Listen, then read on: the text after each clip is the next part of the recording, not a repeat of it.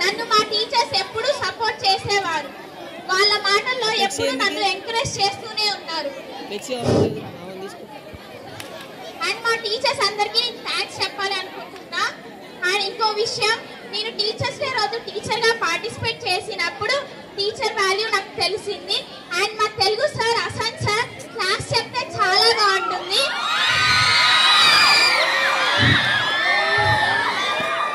And Hindi subject నాకు అసలు రాని సబ్జెక్ట్ అంటేనే హిందీ. ఈ మమ్మీ టీచర్ హిందీ అంటే ఏంటో నాకు నేర్పించారు. జగదీష్ సార్